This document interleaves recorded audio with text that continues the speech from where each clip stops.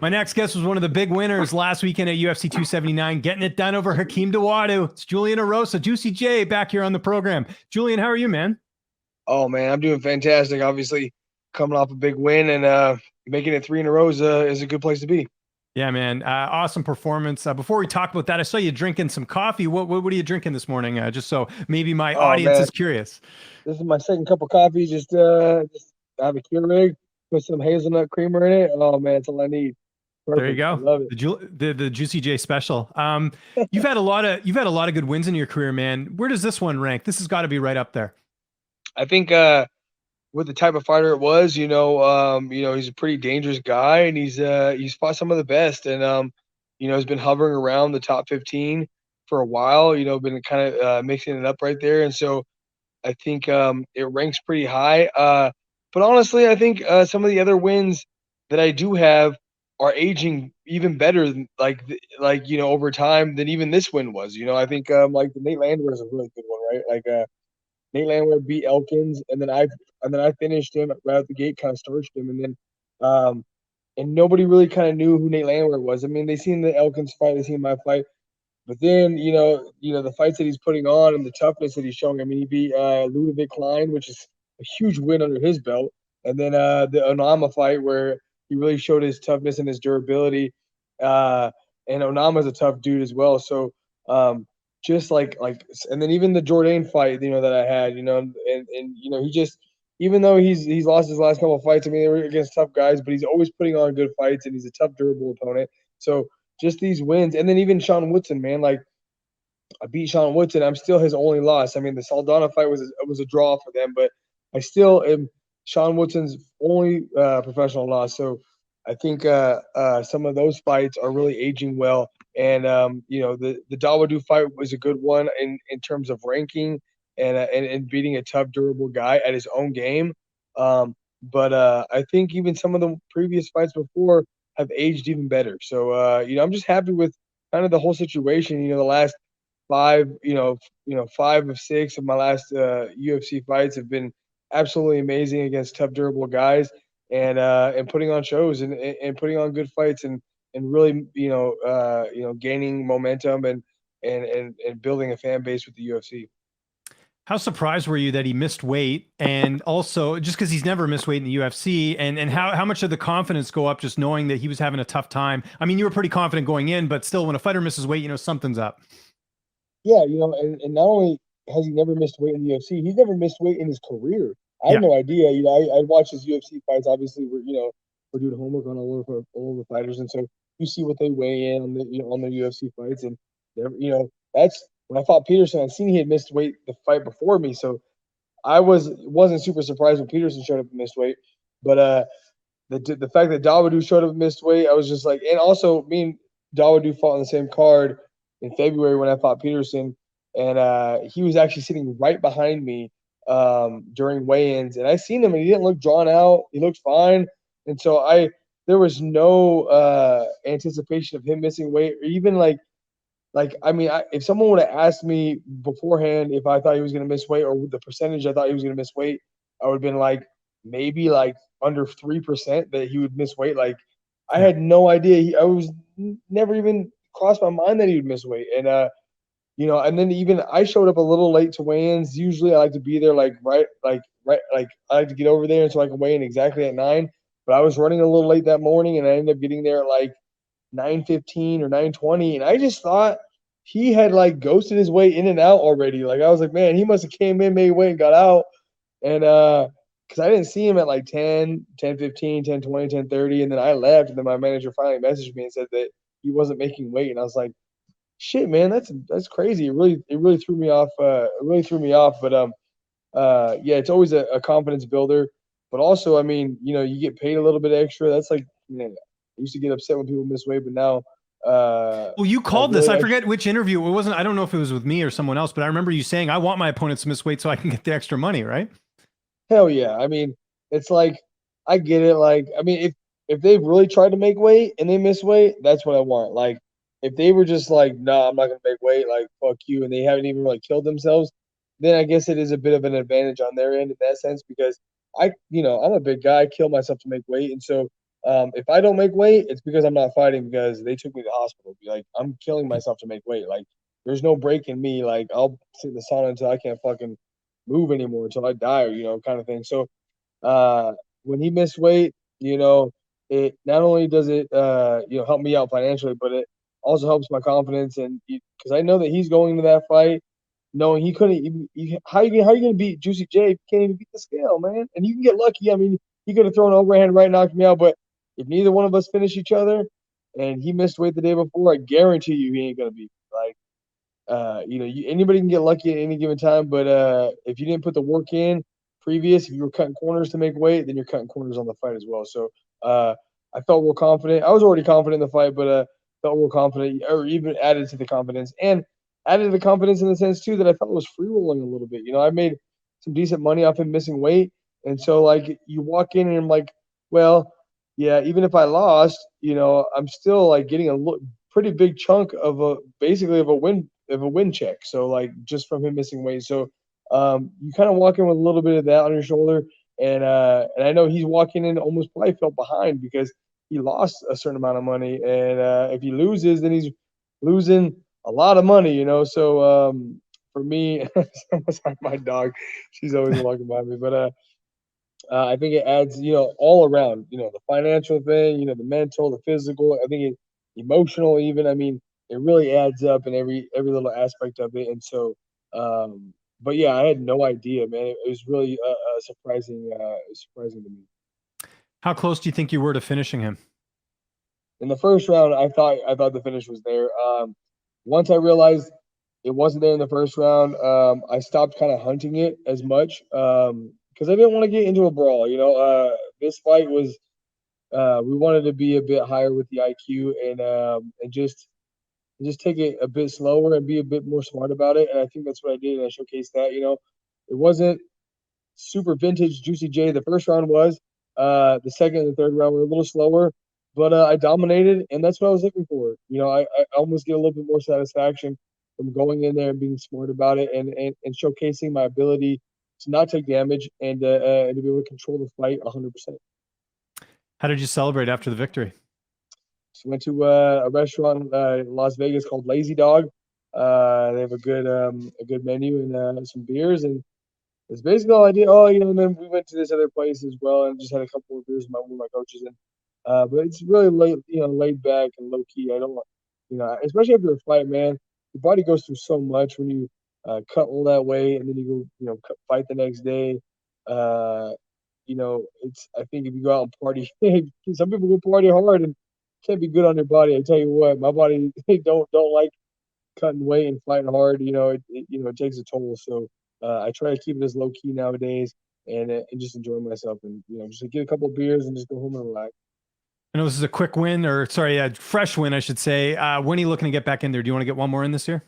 Yeah, for sure. I think the time between Peterson and now was a little too long for my liking. But it was nice to take a little bit of a break and reset. But I'm looking possibly like December, January. I'm not like super stickler on the calendar year thing, but I would like to fight within, I wouldn't want to surpass, 4 or 5 months before my next fight. I want to get back in there within like 4, maybe 5 at the most. But I'm fresh, and who knows, man? Maybe something falls out here in Las Vegas, and the UFC offers me a little bit of extra cash to slide in. I might do it. So you just never know. But yeah, I definitely want to get in there within the next few months.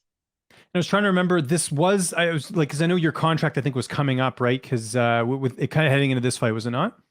Yeah. This is my third fight on a 4-fight contract, so I'm 3-0 in a pretty good spot. And actually, when I was gonna connect on the chat with you, my management called me and he let me know that they're gonna be sending me over a new contract and gave me the numbers on it. And it's very nice. Something that I had never really, at one point, never envisioned that I'd be, especially being 1-4 in the UFC, being cut twice, that I would ever be at this opportunity and have these things happening. So, man, it's a blessing to be here still and to be able to do what I love, get paid, a little extra because Peterson and Dawodu don't know how to make weight.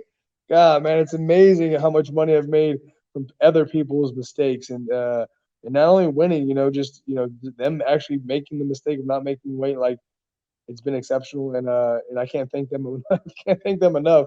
Thank you guys. That's awesome, man. Yeah, I figured they'd probably want to re-up you just with that performance on Saturday, especially, and you always bring it, man. So that's awesome, man. Congratulations. Thank you so much, man. It's a blessing. It's when I first got in the UFC years and years ago, 2016, I was an Ultimate Fighter. I was always thinking about like how people renegotiate their contracts and then winning bonuses and stuff. And I was so fixated on those things that like I think it blinded me to just go in there and fight and do what I needed to do. I was so fixated on trying to go out and perform and uh, and to keep my job with the UFC and try to get bonuses and all this. Um, and I lost sight of just really just going out there and just fighting and just doing what I do. And it's so amazing because like I said, I was 104, cut twice from the UFC. Felt like I was just never going to showcase what I got. And it's just been so amazing because having a fight of the night, a performance of the night, and arguably a couple other fights that could have possibly got performances of the night as well. Um, and just being able to showcase that in front of everybody, like all the people that were writing me off when I was cut for the second time. Uh, it's been such a blessing to be able to just showcase that. And I mean, regardless of like making money and doing all that stuff, just being able to showcase what I'm able to do, what I've been doing in the gym, what I've been doing on regional shows, uh, and what I'm really capable of, like just to be able to translate that into the UFC cage, and just earn that success, and just showcase what I can do has been more worth it than the money or than anything else. There's a ranked opponent next. I mean, honestly, I just got off an interview and they were asking me the same thing. It's like I don't care, man. I'm down to fight anybody. I actually prefer just somebody that's willing. I like the Dawodu fight because it was a little bit of both. He was up there in the rankings a little bit, but he was also a guy who was a willing dance partner to stand and fight with me. Um, and so I'm kind of looking more for just a willing dance partner to have a fun fight. Like I've always been asking for Alex Caceres, but I don't know. I have no animosity towards him. If he doesn't want to fight, I know managers and coaches and those guys are the ones who really say yes and no to fights. So it's not necessarily him, and so I don't know why I can't get that fight, but it's whatever. If he doesn't want to fight, it's not a big deal. But like I just want a guy who wants to stand big. Like I think a Luis Saldana fight would be a fun one. The guy, him and Sean Woodson fought, and I think he won that fight. I mean, it was a draw, but it was kind of his own mistake from doing the downed opponent knee. And no disrespect to Sean Woodson, got nothing but love for that guy too. And but I think Luis Saldana would be a fun one. He likes to stand and bang, and he's a bit unorthodox as well. So something like that. That's really what I'm looking for. I love those types of fights. I mean, Peterson was a great one because I knew he wasn't gonna shy away from having a barn burner, and then Dawodu I felt was gonna be similar as well. Jourdain, like these guys, man, these are the ones I want because they're the fun ones, man. I don't want a guy who's like just trying to, just trying to edge out a win. I want a guy who's willing to put it on the line with me. And I think Saldana would be a fun one. Caceres would be a fun one. Guys like that. But if they want to give me a ranked guy too, let's go. I mean, I'm with it either way. So I'm just happy with my situation now. Re-signing with the UFC, and I'm looking forward to seeing what the future holds for me with them. What did you think of that Seahawks win last night? Let's go. It was a bit weird, man. We're watching the game last night with my mom. She was in town for the fight, and so they were leaving this morning. And last night they came over and watched the game with us, and it's like they're in Seattle. We got the neon jerseys. We love watching them with the neon jerseys, and then we're like Russell's on the other side. It's just like the weirdest thing. But I'm really happy with our Geno Smith, man, he looked great. Yeah. I mean, and he looked good last year as a backup, really filling in for Russell, and so I was pretty positive about his abilities to be able to hold his own, and he did. He did a fantastic, really played a perfect game, for a guy like him, and I think he has nothing but more potential for the entire year. And man, I mean, both sides just seem to be getting first down after first down and first down, and it just seemed like a pretty high paced game, but he was able to keep it going, and our defense did a really good job. I mean, there was a couple of times over in the red zone that we ended up making them fumble, and I think those were big. Obviously, we only won by a couple points, or was it 1 point we won by?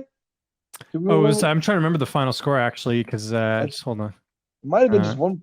1 point, I think. Yeah, it was just It one was, it point. was 17-16. It was actually a pretty low scoring game. yeah, it was a really close game. So, yeah, I mean, it was huge. You know, some of those plays on our defense were huge, and even he said that the defense won the game for us. But uh, yeah, it was a little weird seeing Russell, but on the opposing side, but got nothing but love for him. I mean, that's the NFL, man. If you fall in love with players too much, man, it's stupid because every single year you're gonna have a new team almost every. I mean, within a few years, he's going to have almost an entire new team. So it's really hard to fall in love with specific players. Just fall in love with your team and who's ever on the team. Just enjoy for them for the time that they're going to be on there. So, but yeah, I'm pumped. We're the only guys in our out of the four teams who have a win in our conference. So it's a good head start in front of everybody. And I think the next game that we play is against the 49ers, the big rivals. So it'll be a fun one next Sunday. Julian, thanks for doing this, man. Congratulations on the win. Congratulations on the new contract. If there's anyone you want to thank before we get out of here, I'll give you the last word. Yeah, man. Obviously, I want to thank you, James. You always putting the word out for us. You're up in Canada too, right? I'm right near you. Your own Yeah, home yeah. state. I'm in Vancouver, Canada. So Well, I'm sorry for beating all the Canadian dudes. I did an interview with actually, another I didn't think Canadian about guy, that. Yeah, that's true. Jourdain and and he was like, Dawodu and "Man, yeah, Jourdain and Dawodu, you're fighting all my Canadian buddies, but yeah. uh, you know, it's not even about that. No animosity, man. I love you guys. And even Dawodu, man. Nothing but respect to him as well. When you get in there, it's just business, But yeah, I want to thank you. I want to thank Dawodu. I want to thank everybody, man. I want to thank everybody, even on his side, man. Because without them, we wouldn't have as much hype behind us. My management, obviously, for sure, is the number one guy I got to thank. Jason House and the Iridium Sports Agency and everything that they do, man. These guys, they do everything for me.